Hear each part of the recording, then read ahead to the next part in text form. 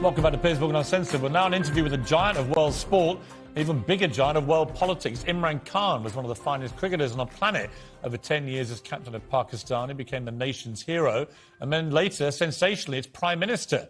But he was deposed after losing an acrimonious confidence vote in April. So I began by asking for his verdict on the British Prime Minister, who, of course, has just about survived his.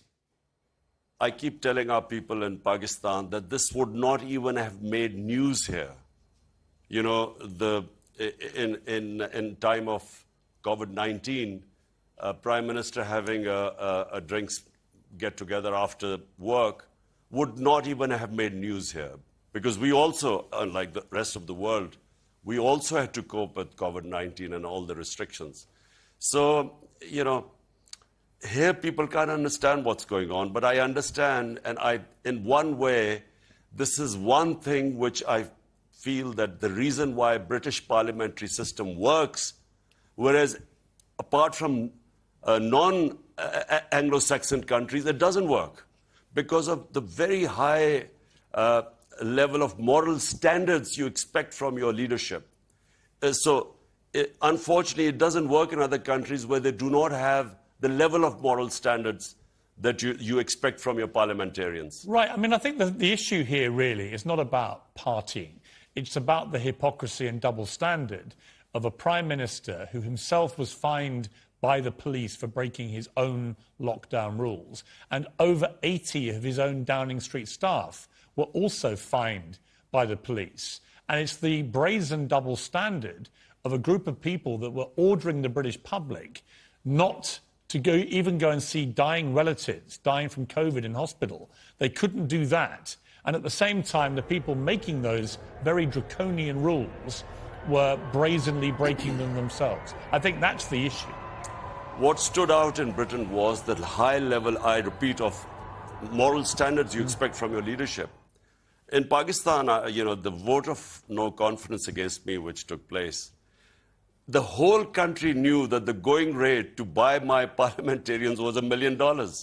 So, I mean, if you compare the two, that's why, you know, in my opinion, and I keep telling them of my experience in British of Parliament, that unless we raise our level of morality to what you have in Britain, parliamentary democracy will not work.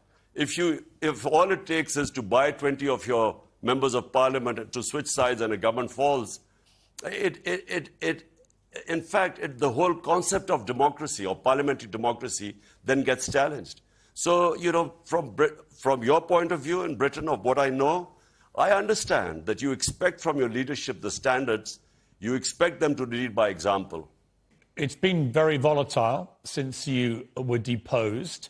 You vowed to come back and fight again. You think you're going to win with a bigger majority, I believe.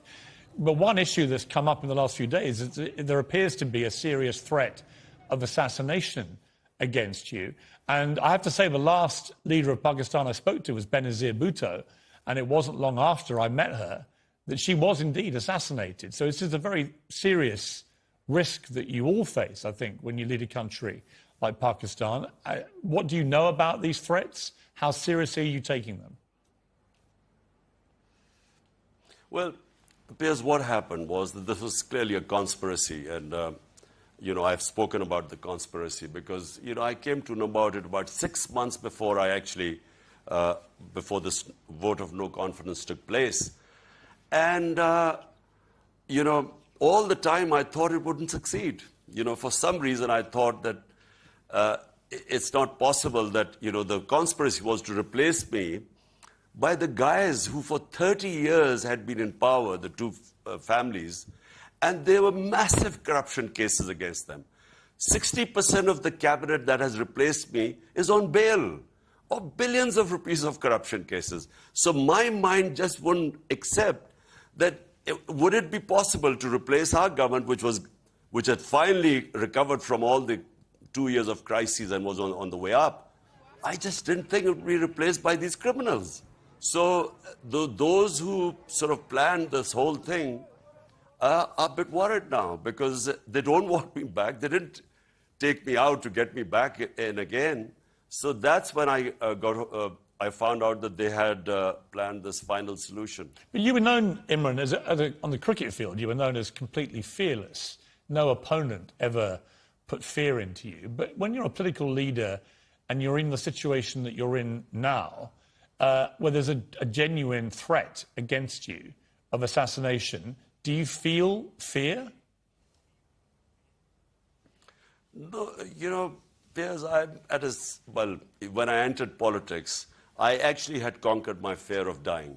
Otherwise, I would not have entered politics, because I came in to stand up against the entire status quo. I came to fight corruption. Today, the entire political spectrum, 16 parties on one side and I'm on the other side. And because this was the status quo, which is 60 years of our last 62 years, half has been ruled by military and half by these two families. So I came to fight these two families. And this is really what I've done. And they have made so much money out of this that they obviously, clearly someone like me is a threat. And that's why this foreign-backed conspiracy involving local players took place. Now, I know that they would try to... My life has had various threats over a period of time. But this time, I found out about this conspiracy, so I went public. The reason, I have no fear of dying, but it was important to let those guys who were planning, to let them know that I know. Right. It was actually, in a way, a form of protection. Well, on says the next Imran Khan on meeting with Vladimir Putin just hours after Russia invaded Ukraine. Does he now regret doing that? I promise you, I had no idea. I do not believe what Putin has done of trying to find a military solution in Ukraine. If I were advising President Putin, I would not have gone there.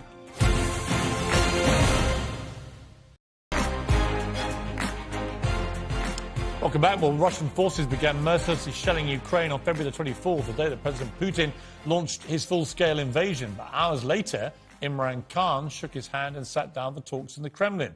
How does he justify that? Does he now regret it? I promise you, I had no idea. I arrived the night before. I was only there for one night. Next morning when I wake up, I discover that this Ukraine adventure had started. Now, it was, we discussed amongst ourselves.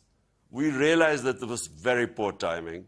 But at the same time, we realized that it was extremely important for the 220 million people of Pakistan that we actually get these. I mean, I understand that. I understand. I completely understand that you didn't know before you made the trip. I guess the criticism, which may be legitimate, is that once you knew what he'd done, to then stay there and still go through with the meetings that you had planned, sent the world a message that you were not that upset by what he was doing in Ukraine. Countries like us, you know, who have huge populations, and we have, 100 million people who are vulnerable right now.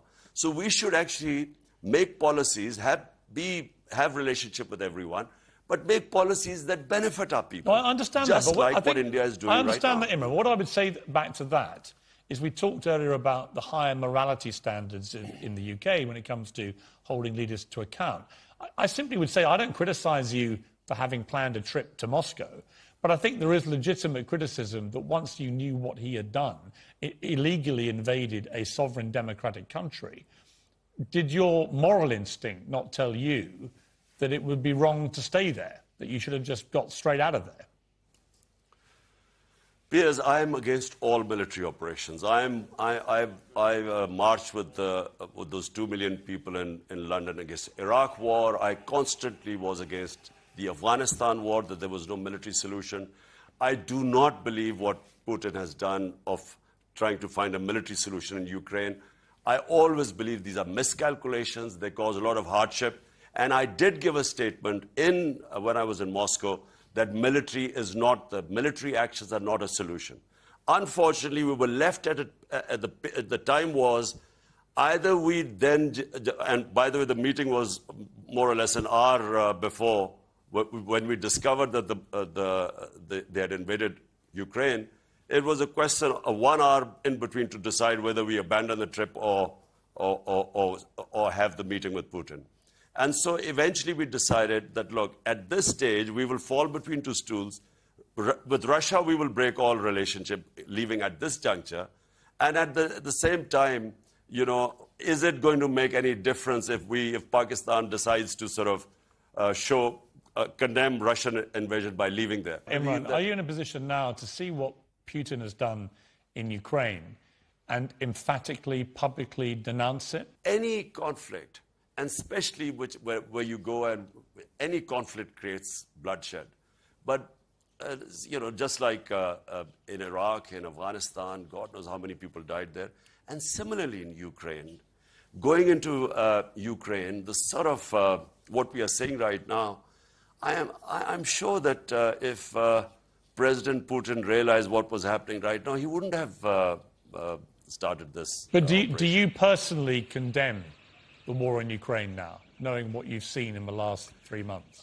Piers, let me just say one thing. I am basically against all operations. So if you want to ask me a question, do I condemn what is happening in what happened in Iraq? I thought it was wrong, and I would condemn that. Afghanistan, U.S. going in and then staying. Okay, once they got decimated Al-Qaeda in the first year, what was the purpose of staying there for the next 19 years? So it was a useless war. And yes, if I would advising President Putin, I would not have gone there. And yes, a war that creates bloodshed, and which it is, and collateral damage and civilians, yes.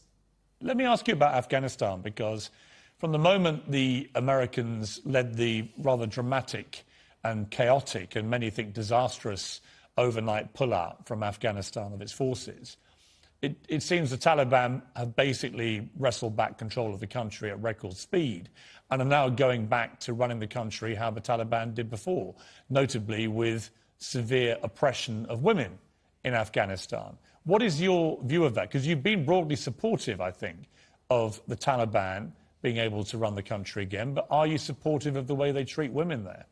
Let the people of Afghanistan decide which way they will go. They're strong people. Afghan women are strong. In my opinion, given a chance, you will see them asserting their rights. But the last thing we should do is try to interfere in people with the Afghan government. They're very proud people. I know from experience that at any hint of outside interference in their any country interfering in their way of life, they're very defensive about it. I want to take you back to the late 70s, the early 80s, to the genteel world of cricket, where you were a champion cricketer, you were a handsome playboy on the British social scene with a number of girlfriends to make all of us jealous. Life was a lot easier for you then, a lot more fun, a lot more carefree. You've become a very powerful, very divisive in some ways, political figure now in Pakistan. Do you ever have any regrets? Do you ever wish you hadn't gone down the political path? For me, life is not about... I feel that, people who find the easy way of life for me, a purposeless existence means nothing to me. I have everything I've ever wanted in life. So for me, the challenge is to actually go back, make Pakistan a welfare state, and rule of law. Critical thing is, what you're seeing in Britain is basically rule of law, which is one thing I learned most of all when I went to England as an 18-year-old. Imran Khan, it's great to talk to you again. It's been, nearly 50 years since I last talked to you. Last time I was steaming in at you in the nets at Hove County Cricket Ground. So it's great to catch up with you again, and I wish you all the very best. Thank you very much. My pleasure. Extraordinary